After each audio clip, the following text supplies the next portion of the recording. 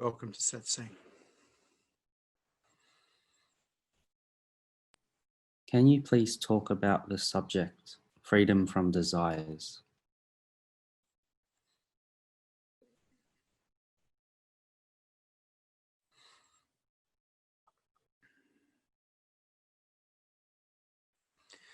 So desires are of the mind, they're thoughts, us wanting something to be different than how it is. And if we're really present to the moment and we're not thinking, well, there's no desires. But we look at, well, why would you want to have freedom from desires? Most people don't even look at it. They don't think, well, everyone's got desires. What's wrong with having desires? If you really examine desires, they're basically discontentment with what is. And the more addictively we demand that our desires be met, the more resistance we put into having what we want, the more we suffer, because when we resist anything, we create suffering for ourselves. And so desires in themselves are the cause of suffering in a lot of ways, because they are resistance to what is. Instead of accepting what is, we want something to be different than what is. And so we look at desires, we examine them, and we go, so this is how I cause suffering for myself, by constantly desiring change, constantly desiring things to be different. When we move into the moment and be present to what is real, because there's nothing real about what we think, there's nothing real about desire, it's a thought, thoughts are imaginary. Then we get freedom from this. And so little kids up to about 4 who just play and running around, not living in their heads, aren't suffering that much, because they're not really constantly desiring things to be a little different than how they are. And when I use the word constantly, just watch your mind for a while and see how many desires you have in just an hour or even 5 minutes. How many different desires you have. A desire is anything where you want to change something from what it is to something else. And you'll notice that there's a lot. And every one of them is a form of resistance. And this is how we create discontentment in ourselves.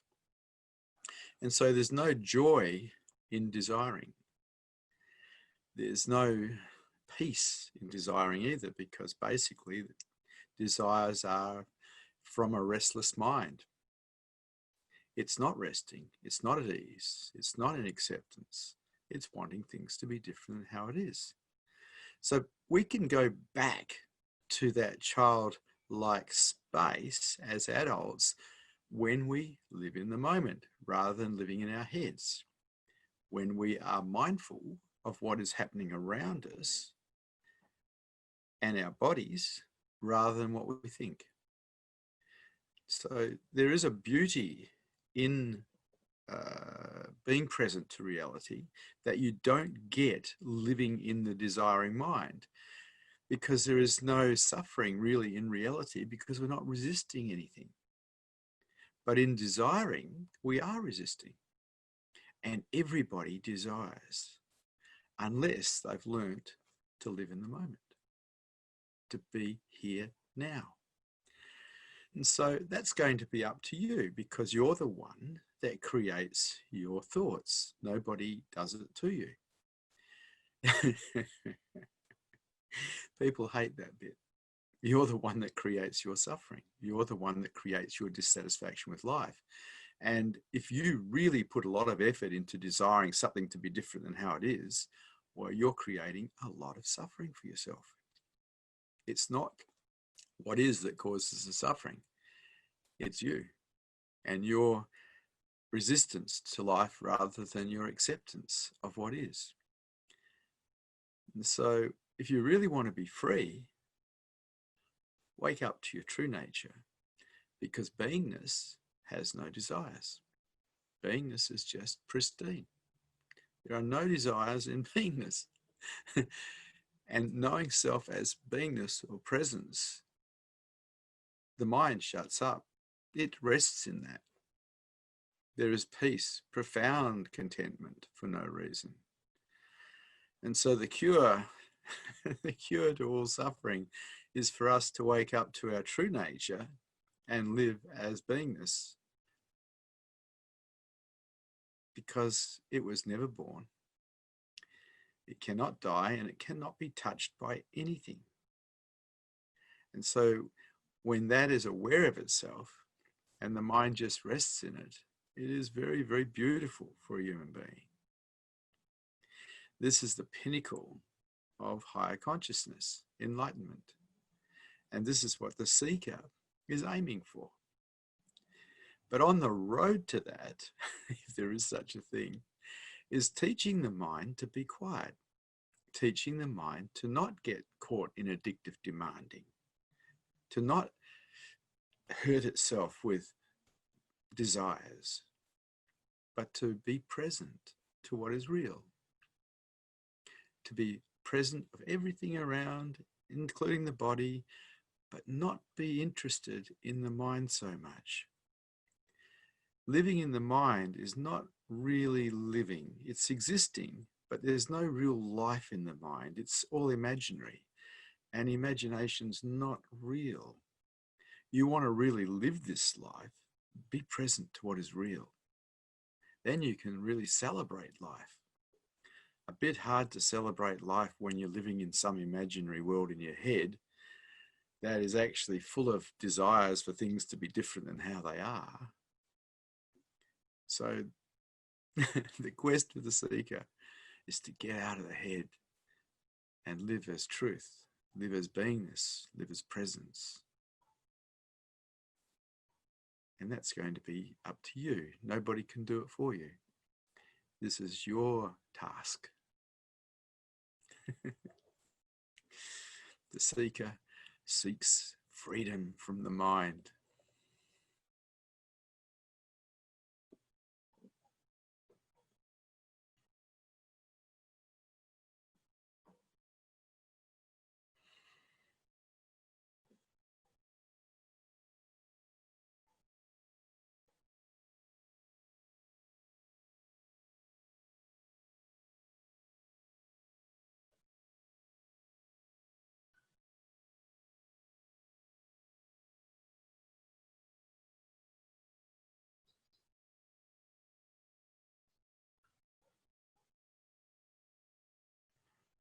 So it looks like my assistants have lost their way.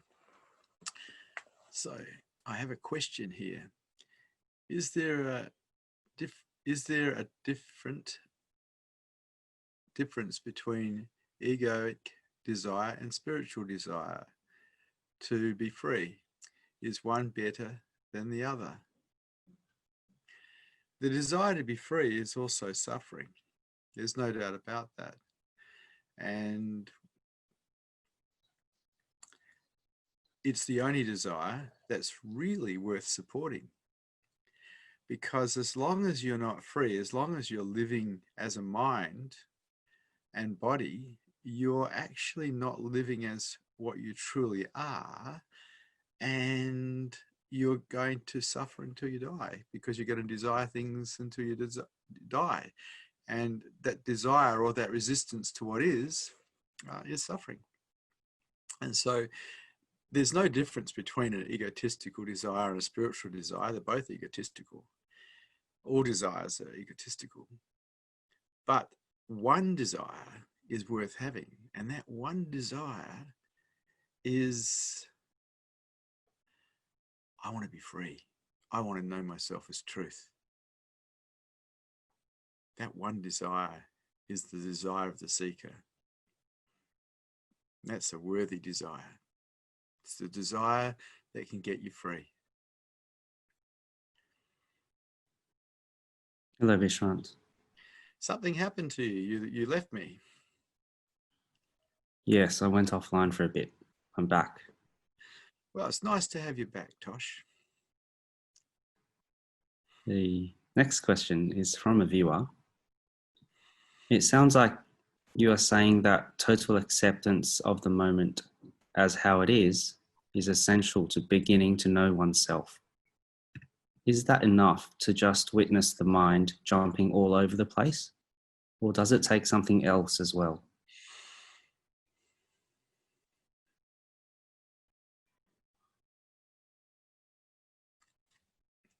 Knowing oneself or enlightenment. Okay, so when we're talking knowing oneself, some people get confused with that. When I talk about knowing yourself, I'm talking about enlightenment. I'm talking about knowing yourself as beingness. Then there's the knowing yourself as an ego, knowing how the mind structure works. Most people don't really know either very well because they don't watch their mind. They don't have a silent witness that watches the mind. So they don't really understand all the nuts and bolts of their own mind. And they also don't really know beingness itself. So it's important to try to find that. You see, if we don't know who we are just in lower consciousness to some degree. And there's no freedom in lower consciousness. You are bound by the patterns and programs that were put into you by your society, your parents, your religions, your government, whatever else. And I don't ever recall in my education where I was programmed to be happy or programmed to be free. That wasn't part of the curriculum at school. I was programmed to win, actually, compete with other people to get better marks or better results. And from my perspective nowadays, that really is against the heart. If I have to win something, everybody has to win, otherwise I won't play. The idea of competing and beating someone else and making them feel bad because they've lost is just abhorrent to me.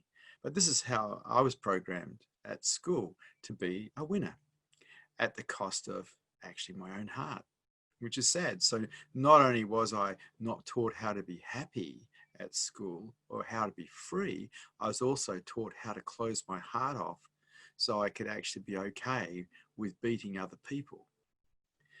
And spirituality to me is really about opening up again and finding the heart, finding your heart, finding love, and going for higher consciousness and getting free, finding happiness. Because my definition of happiness is profound contentment for no reason. And that is what is found when you know yourself as truth, when awareness is aware of itself. Profound contentment for no reason. And so I did learn a lot of things at school, but not many of them were very valuable. They didn't teach me how to be happy. They didn't teach me how to be free. And they did not show me how to open my heart. And these are the most important things any human being can know or be involved in. So it's up to you as an individual now. And probably the society you live in won't support a great deal of it. But that doesn't matter. You can open up. You can drop your defenses. You can start living the way of the heart. You can start going for higher consciousness. You can start watching your mind and seeing through it. Doesn't matter what the rest of the world's doing. This is the true revolution.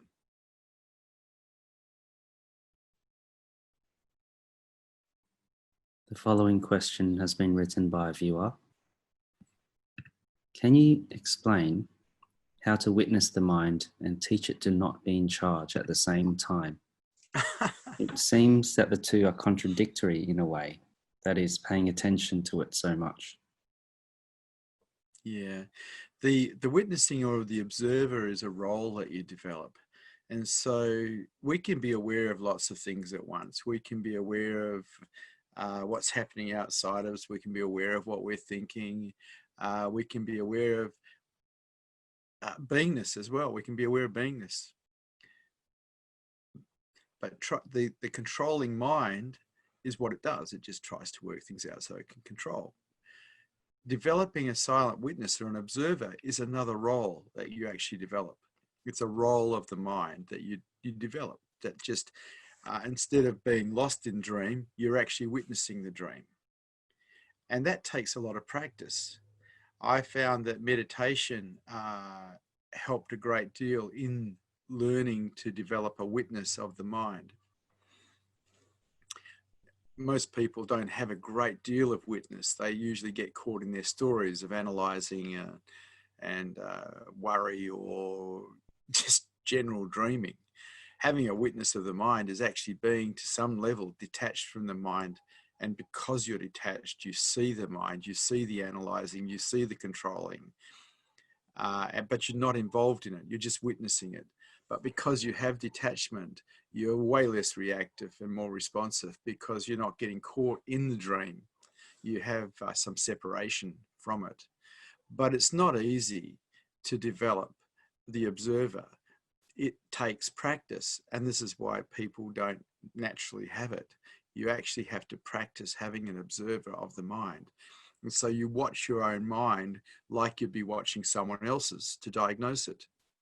And if you can't watch it, then you've got a problem. And so I found in meditation, it was easier for me to watch my mind because in meditation, my mind slowed down enough for me to see it working. I developed a silent witness or an observer that is always there and has been there now for 30 odd years. 37 years, I think, or something like that. It just watches the mind. So the mind doesn't really get up to anything without it being seen by itself. So there's nothing really that unconscious about it. It's watching. I remember creating a meme many years ago. It was a big tiger looking out at you, and it said, "Watch the mind. Watch the mind." Because if you watch the mind, you can become free. And the meme said, watch your mind and be free. When we can't see what the mind's up to, it just runs automatically to its default patterning, unconscious default patterning, and we're kind of prisoners of it. There's no freedom in being unconscious. And so in watching the mind, developing that observer, we start to get free because we're starting to raise our consciousness levels.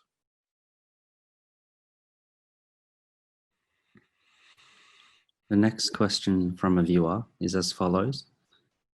Desire is life energy?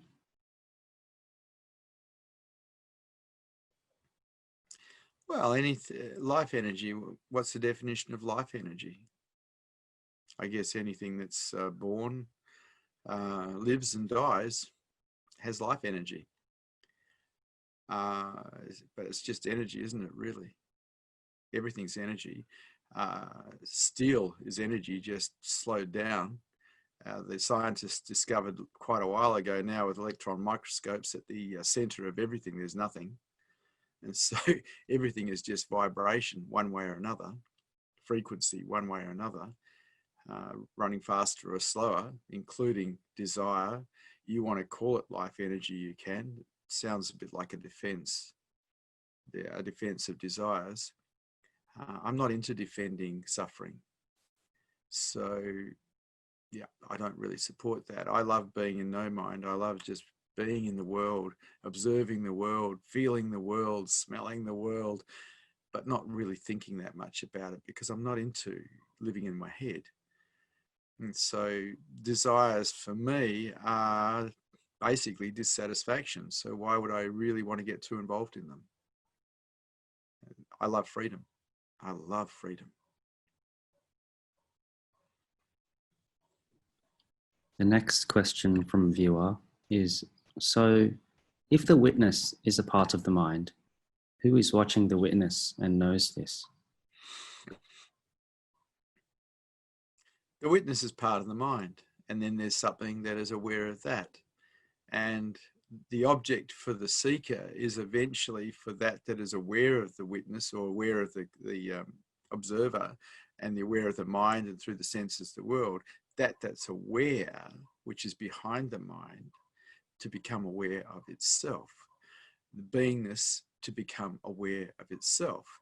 And most of the time people miss what's aware because they're thinking, and their awareness of their mind is in the thinking, is in the dreaming. But there's something before the mind that is simply aware. And that is what the seeker is looking for. What is this that is just consciousness? What is this that is simply aware? What is this before the mind? The mind itself does what it does. It dreams, it carries on. You can develop a silent witness or an observer that watches it. Beautiful, because then you can see through it. But there's still something before that. This that's aware. That is even here when we're in no mind. There's something aware even when the mind is not working. It's here. It's before the mind. That is what we're looking for, because that is the original face. That is self. This that is just pure consciousness that is aware, that is always here, but is quite often overlooked because it doesn't move and it doesn't make noise. And our mind, the way it's programmed for safety, looks for things that move and make noise. But beingness, our true nature, doesn't move, doesn't make noise, always here, but really observed by itself. Awareness really goes back to itself. The quest for the seeker is to turn awareness back to itself, to know self as truth. And part of that is to be able to see through the mind, so the mind can remove any obstacles that are in its way. Anything that contracts the mind and takes it into resistance is in the way. Having an observer of the mind allows you to see what's in the way. You can't remove or surrender or accept what you can't see. And so having this silent observer allows you to see the different things that are causing problems inside your own mind. They allow you to see the nuts and bolts of what's happening inside of you. And in this way, we can develop an equanimous mind, a mind that doesn't get ruffled by the world, because instead of reacting, because we can see we're now responding. And in responding, we're not going to respond with contraction or resistance, because that's just suffering. As your consciousness levels rise, you get to see that really clearly, that every time we contract or go into resistance, we create suffering. And you're just not into suffering. So you don't get involved in reaction. You can respond from a cool, calm, collected space, but why get ruffled? Why support contraction? Why support suffering in yourself? The beauty, the absolute beauty of this observer is you see it all.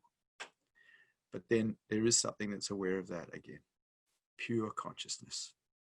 And that's what the seeker is actually looking for. That doesn't move, that is always still, that is true self.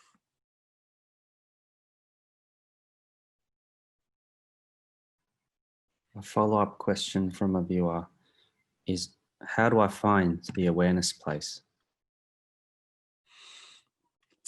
You can use self-inquiry. The thing is, doing video chats or reading books probably isn't going to help much. From my perspective, what helped me was I got involved with teachers who were teaching higher consciousness when I was 19. And I got involved with people who were enlightened when I was 28. And I followed their guidance. I hung out with them. I used their presence to actually find myself as truth.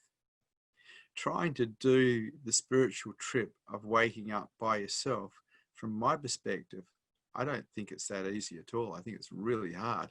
It's hard enough to do it when you have an enlightened teacher. To do it without someone who's further ahead than you to show you the pitfalls, I don't think that's going to be very easy for anyone. And so even though I could explain self-inquiry to you right now, I don't think it would help that much. Find someone who's awake and go and hang out with them. That's the best thing anyone who's interested in waking up can do.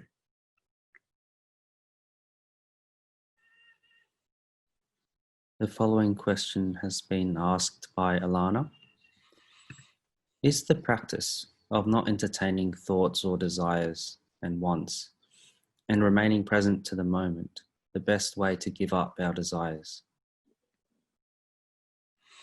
It's not really a matter of giving up desires. It's a matter of not living in your head. Um, People dream constantly because they learnt to dream at school, problem solving, analyzing, worrying, procrastinating, daydreaming, future projecting, remembering, but none of it's real. It's not really about giving up desires. It's just about getting back to reality, reclaiming reality from the dream that you're actually lost in. And if you don't realize you're lost in the dream, well, you're truly very unconscious. Nothing you think is real. It's all imagined. Past, future, it's all imagined. There is only now. And what is here now without a thought is real. Nothing you think is real. So you don't really need to give up your desires. Just start putting your awareness on what is real instead of what is not.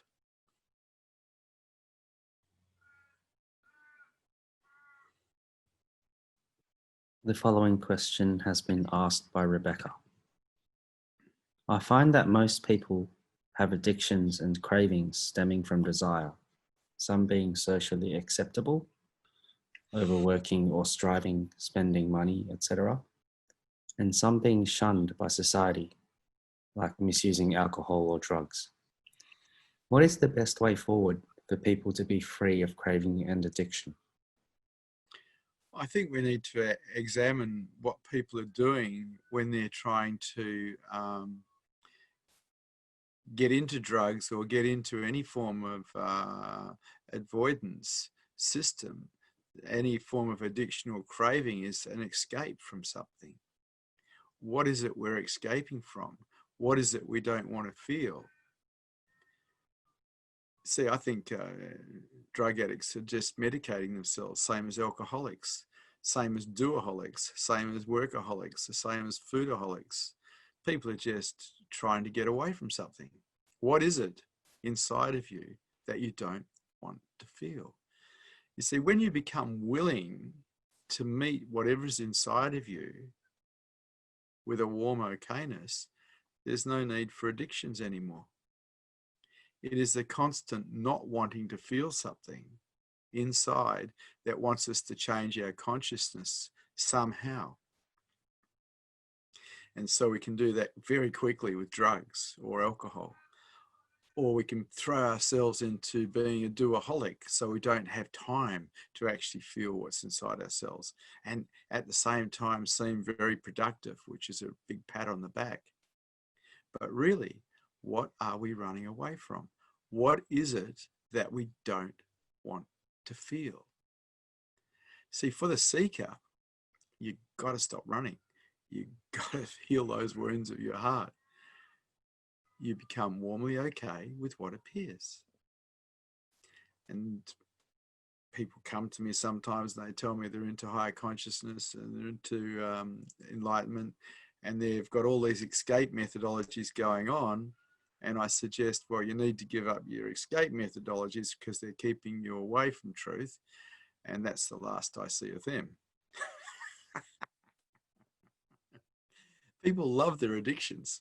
They love their ways of life that help them avoid what's inside. And I look at Australians and I go, wow, generally speaking, a bunch of avoiders. We drink more alcohol than a lot of other people in the world, more legal drugs than a lot of other people in the world. And then we get into the illegal stuff pretty big as well. And we think we're the bronzed Aussies. And the truth is, we're a bunch of escape artists, because that takes us away from the pain inside ourselves, all of those things. Can we just be okay with being still? Can we be okay with doing nothing? Most people can't. Most people have to do something, or they have to change their consciousness levels through alcohol, drugs, or something, because what's inside of them has not been dealt with. They haven't dealt with their own wounding. So it's up to you. If you're really interested in higher consciousness, using any form of escape methodology is in the way. It's actually going to keep you locked in lower consciousness. Your choice.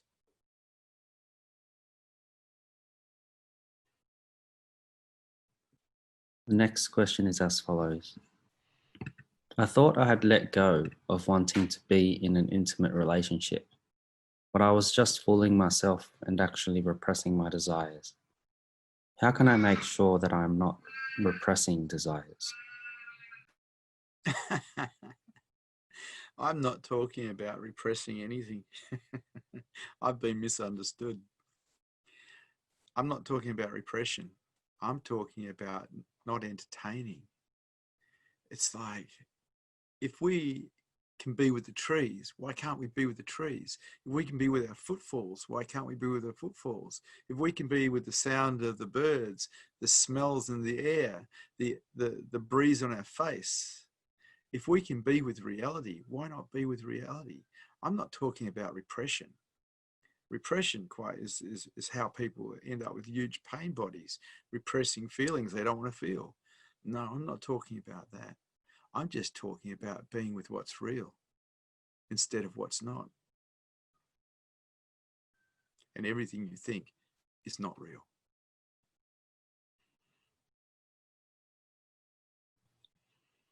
Why, in such an affluent country like Australia, is there so much suffering? Yeah, there is a lot of suffering. And people say, oh, no, there's not. Yes, there is.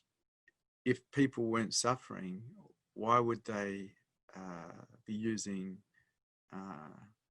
so many drugs? Why would they be using so much alcohol? Why would they be using so many different escape methodologies if they weren't suffering? Australians suffer a lot. They avoid their stuff. It comes back to the way we've been schooled in a lot of ways. We were schooled to win, to succeed, to pass exams. We were not schooled to be in acceptance of life. We were not shown in any way, shape, or form how to truly be happy. And so, of course, there's a population of people out there who are unhappy because we're not schooled to be happy. We're not programmed to be happy. We're actually programmed to be discontent. And generally speaking, we're programmed to repress our emotionality, repress our wounding rather than feel it. And so the society of Australia is a repressed society. They have a lot of emotional turmoil inside themselves because they don't feel their wounding, they don't heal their wounding, and they spend their life avoiding it. It's how it is. That doesn't need to be the case for you. It's up to you. You're the one that can heal your wounding. You're the one that can allow yourself to finally feel what's inside of you and set it free. You're the one who can stop using escape methodologies and become warmly okay with whatever is appearing. It's up to you. This is your life. Or you can continue to escape. Nobody cares. But if you're into higher consciousness, any form of escapism is in the way of higher consciousness.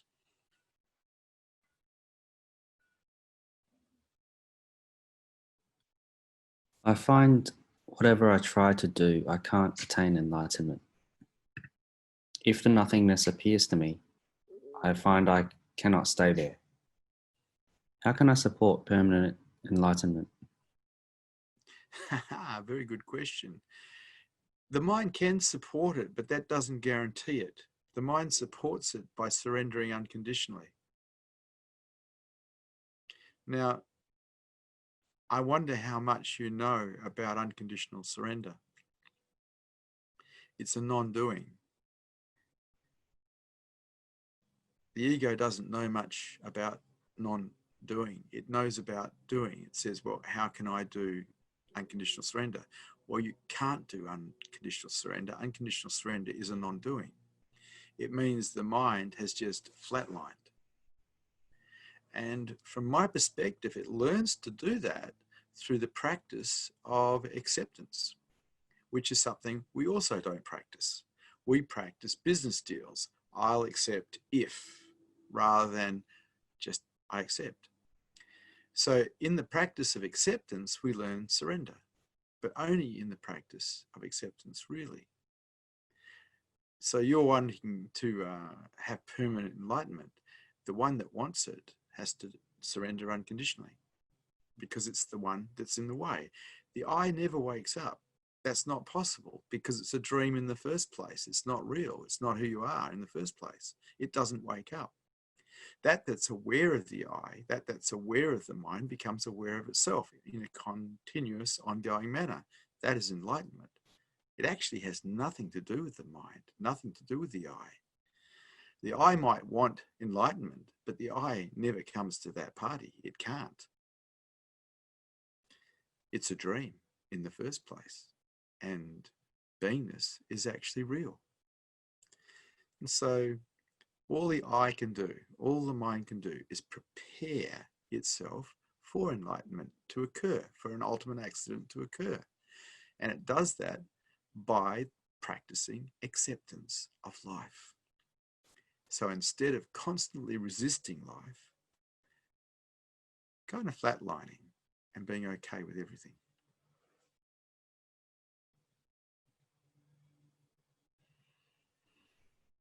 When Papaji says stop, or Ramana says be still, or Gangaji says just experience what is occurring, what do they actually mean?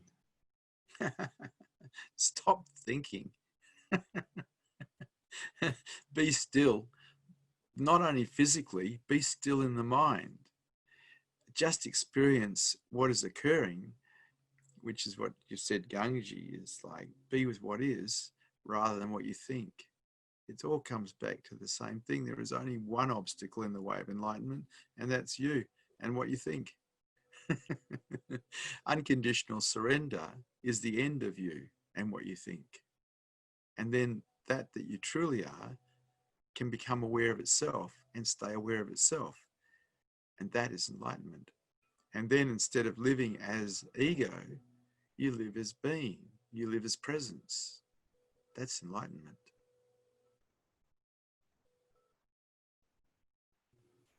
The next question is from Kalimba. Hi, Kalimba.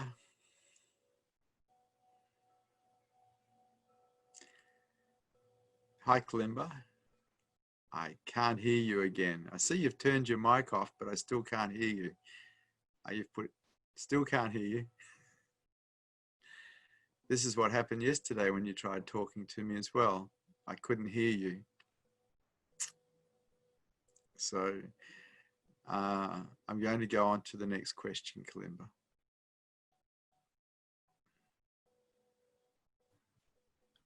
Some people seem to be naturally more emotional than others. Is emotionality an aid or a hindrance to higher consciousness? It's definitely a hindrance because usually with emotionality, there's massive dreaming as well. It's not just emotionality. Emotionality in itself is fine. You know, experiencing emotions are fine. It's the dreaming that goes with it that's the problem. All the thoughts that go with it. Emotionality is quite often how we heal. We get involved in healing the wounds of the heart. But the thoughts that go with it, they can be a problem because they can create more wounding, particularly if they're victim-orientated thinking. Victim-orientated thinking involves you blaming something else or yourself or someone else for anything. And that actually is the creator of wounding. So emotionality in itself is not a problem. It's the thoughts that go with the emotionality that can create the problem.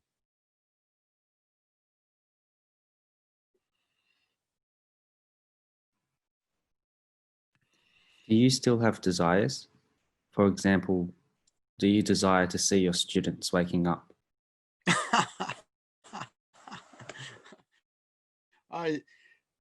It's funny. It's like I just reached over and grabbed a cup which has tea in it and almond milk and little bit of sugar, and there wasn't a thought in the head. It just is reaching out, grabbing the mug and bringing it over. So there must have been something there that wanted it, but it's so mild that it's barely noticeable. Wanting my students to wake up, I'm a fatalist. I'll do my best to help people wake up, but I accept them as they are. I don't have an end game in my head of how they should or shouldn't be waking up or not waking up. They're either going to wake up or they're not going to wake up. And if they wake up, that's what's meant to be. And if they don't wake up, that's what's meant to be. I'm a realist and a fatalist. I don't get caught in good, bad, right, wrong. I just see life as it is. This is what is. Someone wakes up, good. Someone doesn't wake up, good. I deliver a message. I deliver the Dharma, and I'm like the postman. I don't really have an investment in the delivery. I just deliver it. You do what you like with it. If you wake up, great. If you don't wake up, equally great. I'm just a messenger.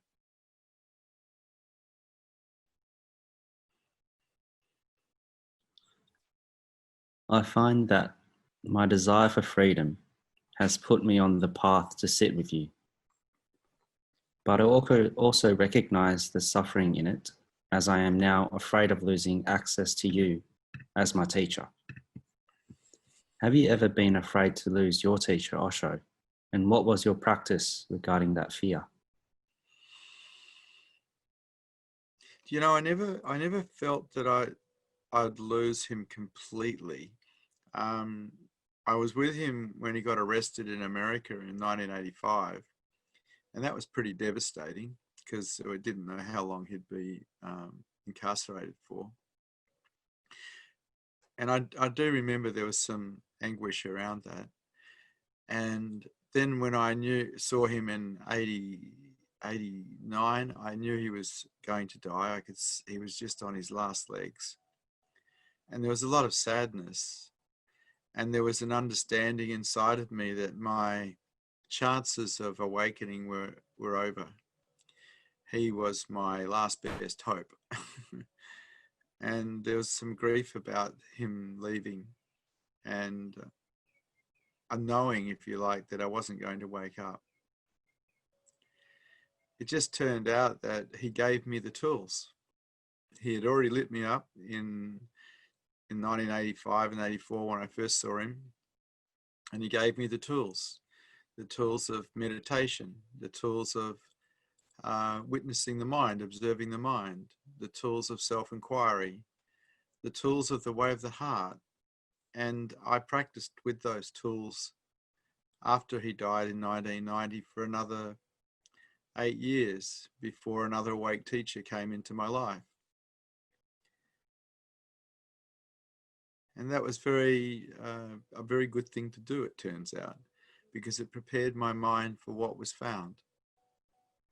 If we don't prepare our minds for what we find in beingness, our minds can't support it. And so we prepare our minds by practicing openness, by meditating and becoming present to what is real, by self-inquiry, turning awareness back to itself.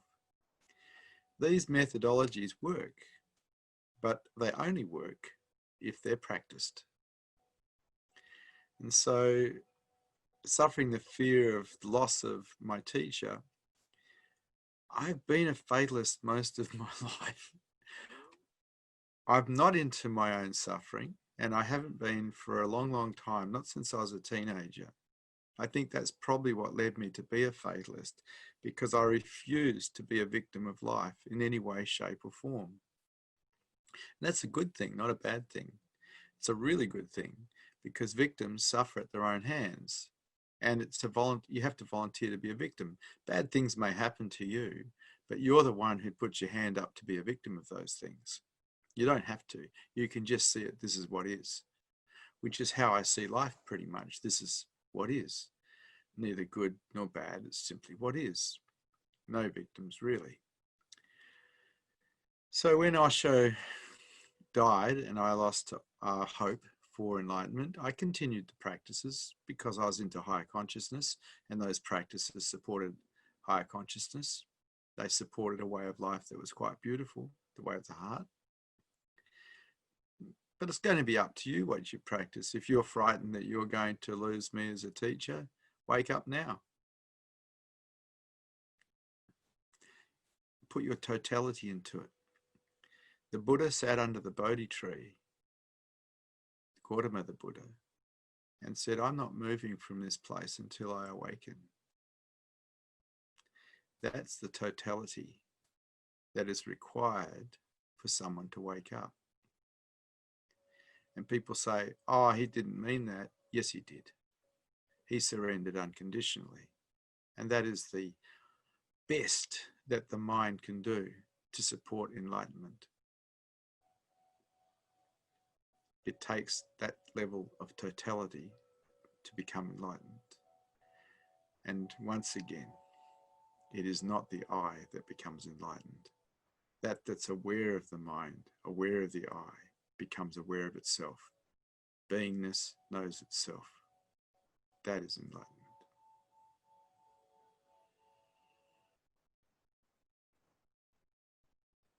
The following question is from a viewer. Do we really control our thoughts? Don't thoughts just spontaneously arise and then another thought arises that claims the previous chain of thought? So our life is just a movie and we have no control.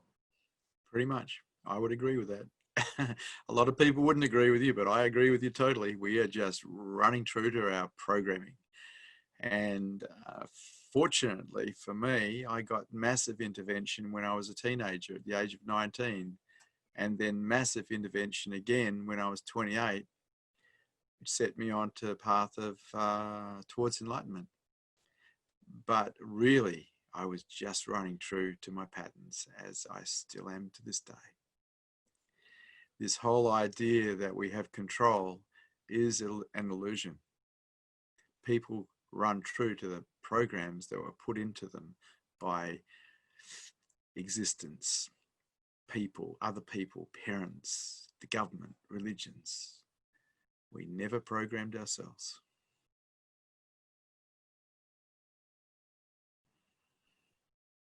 The next question is from Satya. Hi, Satya. Hello, Vishrant. Vishrant, how we can support emptiness and stillness? Okay, so first of all, you have to find emptiness and stillness, Satya.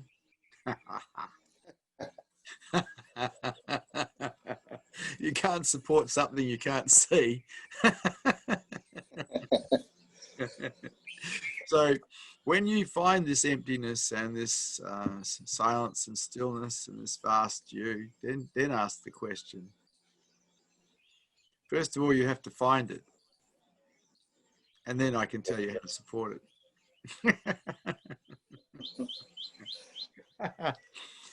What I can tell you what happened for me. Awakening occurred, and there was another fellow in Perth, West Australia, who was awake. He'd been awake for 6 months beforehand. And we used to sit with each other every day for hours and hours. And that helps support or consolidate what was found. Sitting in the presence with someone else who's awake as presence. We did that for about a year, I think, maybe a bit longer, maybe a year and a half, 2 years, I don't know. But it's like existence supplied someone in my own area who was awake to sit with, and vice versa for them.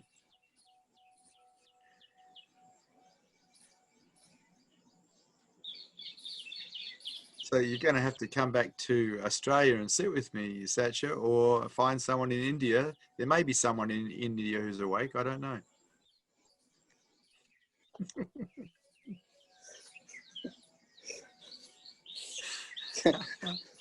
Thank you. Anything else, Satya? Nothing. Thank you.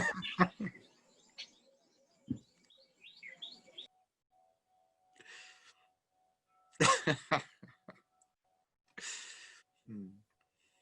Next, we have a statement from Rebecca. She writes, I've studied psychology and found aspects of it intriguing. Yet, some parts of it I found were about fixing the individual to function and to fit into society. Social work appealed to me more in order to be better placed to challenge social structures and the status quo instead of trying to force individuals to conform. I gain a lot from your teachings. It is evident that you are free from the group thinking of society. I hear your message much easier these days, but initially was mainly drawn to the energy rather than the message. Thank you. Thank you, Rebecca. That was a nice statement. Yeah, everything's perfectly broken. I had developed an attitude towards my own mind a long time ago, maybe 30 years ago, that I was perfectly broken. And in that acceptance of self, there was a deep relaxation. I haven't met a human being yet who's not broken. It's just the way it is.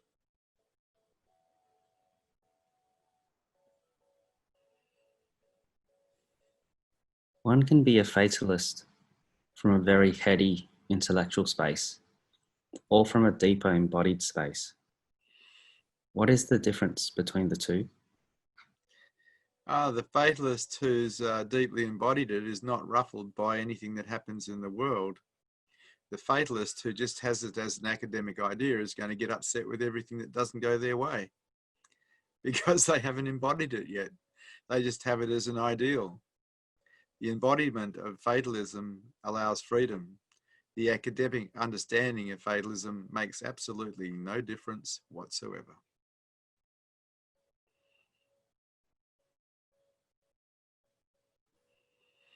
Some days I feel so devotional to truth that I think I'm attached to nothing in the material world, but I soon find out that it's not true, and mundane desires come back soon enough. How to keep that state of being willing to give up everything for truth? Looking at the suffering of the world helps. Human beings suffer a great deal because they're imprisoned in their own minds. And understanding that and understanding the impermanence of life, that everything that's born is going to live a while and then die, and human beings being the worst of it in a lot of ways, because unlike most animals, human beings suffer a great deal on the way to death, in that they constantly desire things to be different than how they are and get caught in the resistance. The resistances that those desires create. And so there's a lot of suffering. If you keep in mind impermanence and you keep in mind the suffering of the world, the thirst for truth can be pretty strong because you're looking for freedom from that. And also there is another side to it. As you find your own heart, as you go further in consciousness and find your own heart, you discover that you actually want to help other people get free as well. But the only way to really do that is to become a light. And the only way a human being is genuinely a light is if they're awake.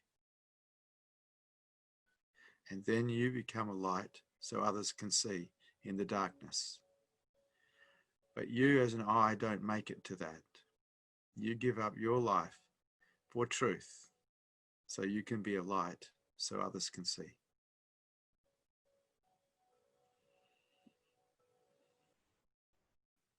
Next, we have Emma who'd like to ask a question. Hello, Emma. Good morning. It could be morning here. It might not be morning in America. It could be nighttime. True, very true. We All have, happening all at once. we do. We have Americans on listening, and we have people in Europe and people in India. We have people all over the place. Wonderful. But when you say good morning, it might be good night. It's just my experience. Indeed. when I sit with you and I go out into the world, I notice almost like an acceleration of the things that kind of come into my life. I've always sort of felt that existence puts things in front of us that are sort of needed. But, you know, since I've been coming to your satsangs, it's really thick and fast learning, almost like the superhighway, even when I'm not in your presence. That was more of a statement. I want to know what the role of karma, what does karma have to do with our path? Pretty much everything, because what we put into life, we get back. And a lot of people take that on as a possibility or a belief. To me, I see the energy flow. It's an absolute energy. What we put into life, we get back. And this is why some people wake up and other people don't too, because their karma is not good enough to support awakening. If you go into any Buddhist monastery anywhere in the world as a layperson and ask them what you can do towards higher consciousness, towards enlightenment, they'll tell you to become generous. They'll tell you to become a giver. And the reason they do that is not because they want you to give them something. They do that because they know that if you become a genuinely nice person and you become loving and giving, you will develop good enough karma to actually wake up. It's a beautiful space. It has a lot to do with karma. So from my perspective, there was a lot of karma to pay back in this life, because in my younger years, I got involved in things that weren't savory. I was quite selfish, self-obsessed. And so there was a lot of repayment. But fortunately, I had an understanding that karma was real. And so when negative things happened to me, I just saw it clearly as me just paying back a debt. Yep. And because I was willing to pay the debt, it wasn't a problem. Yeah.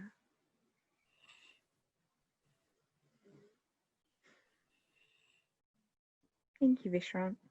There is a little more to it than that. Okay. People who are finding things moving quickly, people who are finding things they didn't know, have done this before in other lifetimes. I do feel that. And this is another subject that a lot of people don't get, but I remember hundreds of lifetimes. We've lived many times, most of us, according to truth. And we've practiced many things many times. So it becomes quite natural to us, some things that aren't natural to other people, because we've done it so many times before. Yeah, I often struggle articulating myself because I come from such an energy space. I feel so much. And yeah, I often also get very caught up in that as well, because when I feel things from other people and I go to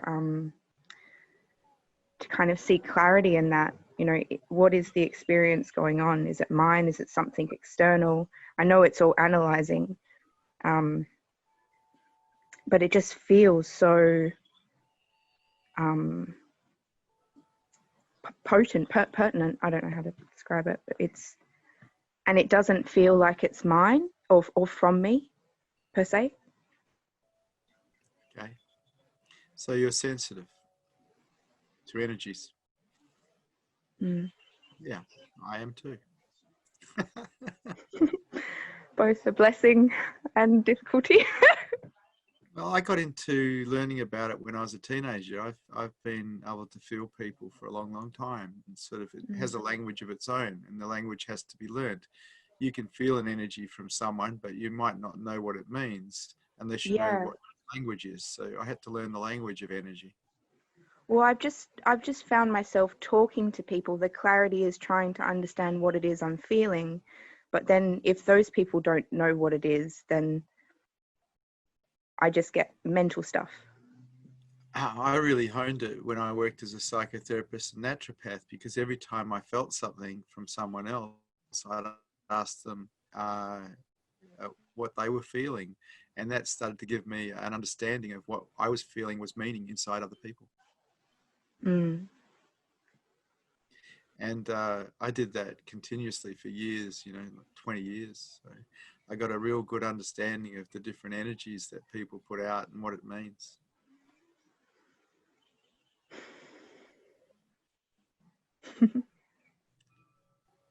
Emma, it is time for us to go. Yes. But it is nice Lovely to day. talk to you. You have a lovely day too. Ciao. Thank you for satsang. Good to see you brave hearts here today.